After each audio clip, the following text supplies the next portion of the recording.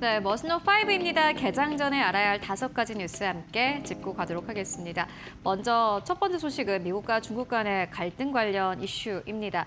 미국 백악관이 중국이 그림자 환적 네트워킹을 통해서 관세를 피했다라고 밝혔습니다. 이에 따라서 한국 통상에도 압박이 있을지 주목되고 있습니다.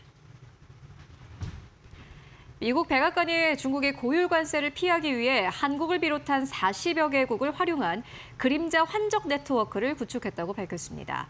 백악관은 중국산 제품이 제3국에서 간단한 조립이나 재포장 등을 거쳐 원산지를 바꾸는 방식으로 미국에 수출되고 있다고 지적했습니다.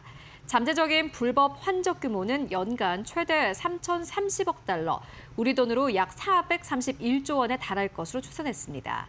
특히나 한국과 일본과 EU 등과 함께 중국 연관 물량이 많은 인류형 환국 위험국으로 한국을 분류했습니다.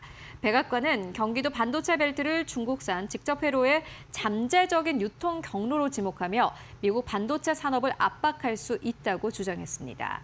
이번 보고서가 향후 미국과 각국의 무역 협상에도 참고 자료로 활용될 수 있어 한국에 대한 통상 압박으로 이어질지 주목되고 있습니다.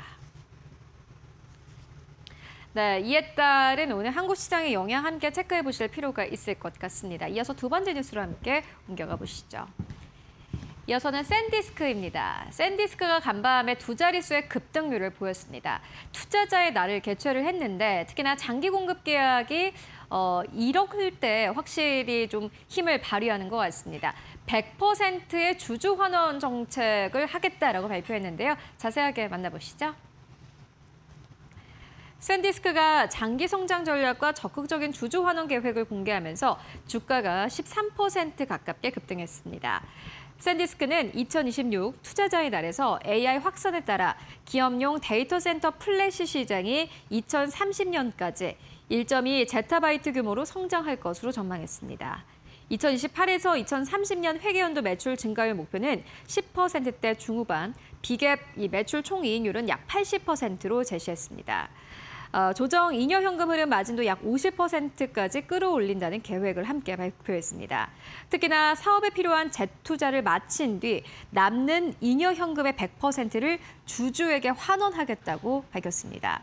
장기 성장성과 높은 수익성 목표의 파격적인 주주 환원 정책까지 더해지면서 투자 심리가 크게 개선된 모습을 보여줬습니다. 네, 이게 사실 샌디스크만 가진 강점이 아닙니다. 한국에 있는 삼성전자와 SK하이닉스도 역시나 마찬가지로 이 막대한 잉여 현금으로 주주 환원 정책을 할 것이다라는 기대감이 높아지고 있는 상황인데요. 이에 따른 시장의 분위기 함께 기대해 보도록 하겠습니다. 세 번째 뉴스로 바로 옮겨가 보도록 하겠습니다. 엔트로픽도 역시나 마찬가지로 IPO를 준비하고 있습니다. 기업 가치를 두고 많은 외신에서의 다른 보도가 이어지고 있는데요. 간밤에 파이낸셜 타임즈는요, 엔트로픽의 기업 가치가 무려 2조 달러에 달할 것이다라고 전망했습니다. 왜냐하면 엔트로픽의 매출이 이전보다 퀀텀 점프했기 때문입니다. 자세하게 만나보시죠. 오늘 10월 기업 공개를 앞둔 AI 스타트업 엔트로픽의 기업 가치가 2조 달러에 달할 수 있다는 전망이 일부 투자자들 사이에서 나오고 있습니다. 파이낸셜 타임즈에 따르면 엔트로픽의 연환산 매출은 연말까지 1,000억 달러를 돌파해 연초보다 10배 이상 증가할 것으로 예상되고 있습니다. 이에 따라 상장 과정에서 현재 기업 가치의 2배가 넘는 평가를 받을 수 있다는 기대가 커지고 있습니다. 엔트로픽은 지난 5월 기업 가치 9,650억 달러를 기록하며 경쟁사 오픈 AI를 처음으로 앞서기도 했습니다. 다만 미국 행정부와의 마찰과 국방부를 상대로 한 소송, 수출 통제 등 정치 규제 리스크는 부담으로 꼽힙니다. 특히 저렴한 중국산 AI 모델의 성능이 빠르게 향상되면서 일부 기업 고객의 이탈 가능성도 제기되고 있습니다. 그럼에도 투자자들은 강력한 AI 성능과 시장 지위를 바탕으로 엔트로픽이 업계 선두권을 유지할 것으로 기대하고 있습니다. 네, 엔트로픽이 기업 가치를 얼마나 인정받게 될까요? 결국에 실적을 따라가게 될 텐데 엔트로픽이 인정받는 기업 가치에 따라서 또 그 관련된 기업들이 어떻게 움직이는지를 확인해 보실 필요가 있을 것 같습니다. 이어서 네 번째 뉴스로 옮겨가 보도록 하겠습니다.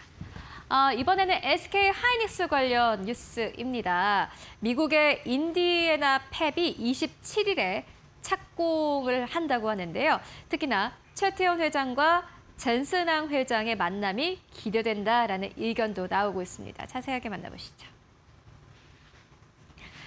SK하이닉스가 오는 27일 미국 인디애나주 웨스트 라피엣에서 첨단 패키징 공장 착공식을 개최합니다. SK하이닉스는 고객사와 협력사 등의 초청장을 보내고 행사 준비에 들어간 것으로 전해졌습니다. 착공식에는 광노정 SK하이닉스 대표를 비롯한 주요 경영진과 글로벌 빅테크 관계자들이 참석할 예정입니다. 최태원 SK그룹 회장과 핵심 고객사인 엔비디아의 젠슨 황 CEO가 함께 참석할 가능성도 거론되고 있습니다. SK하이닉스는 웨스트 라피엣에 38억 7천만 달러, 우리 돈으로 약 5조 5천억 원을 투자해 첨단 패키징 생산 기지를 건설하고 있습니다. 공사를 본격화해 2028년 하반기부터 HBM 등 AI 메모리 제품을 양산한다는 계획입니다. 최 회장은 최근 전력과 용수, 인력 등 여건이 갖춰질 경우 미국의 메모리 생산 공장을 건설할 가능성도 내비친 바 있습니다. 네, 많은 언론사에서는 현재 최태원 회장과 엔비디아의 젠슨 황 CEO의 만남을 기대하고 있습니다. 실제로 만남으로 이어질지 기대해 보도록 하겠습니다. 이어서 마지막 뉴스 만나보시죠. JP모건이 약 4시간 전쯤에 내놓은 투자 의견입니다. 이 보고서가 공개가 됐는데요. 최근에 글로벌 증시가 급락과 급반등이 반복되고 있습니다. 이게 그런데 기이한 현상이 아니라 새로운 뉴노멀이다라는 투자 의견을 제시했는데요. 이유가 뭘까요? 자세하게 만나보시죠. JP모건이 올해 글로벌 금융시장의 핵심 특징으로 구조적으로 높아진 변동성을 꼽았습니다. JP모건은 올여름 시장 흐름이 고변동성이 새로운 기준선이라는 판단을 강화하고 있다고 진단했습니다. AI 관련주가 증시를 사상 최고치로 끌어올렸지만 레버리지 ETF를 중심으로 한 디레버리징은 빠르고 강한 매도세를 촉발했습니다. 여기에 트럼프 행정부가 관세와 수출 제한을 정책 수단으로 활용하면서 무역 갈등도 시장의 상시적인 변수로 자리 잡았다고 분석했습니다. 이란 전쟁과 호르무즈 해협의 사실상 폐쇄에 따른 에너지 공급 충격도 변동성을 키우는 요인으로 지목했습니다. 이 같은 불확실성이 겹치면서 시장에서는 짧고 가파른 급락과 반등이 반복되고 있습니다.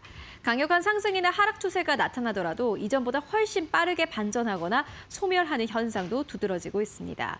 JP모건은 이에 따라 급락하고 반등하고 다시 반복되는 시장 환경이 새로운 정상으로 자리 잡고 있다고 평가했습니다. 특히나 급락과 급등이 반복되는 대표적인 시장은 한국 시장입니다. 이게 실제로 누녀멀로 자리 잡을지 함께 계속해서 확인해 보실 필요가 있을 것 같습니다. 지금까지 머스트노5와 함께 알아보고 왔습니다.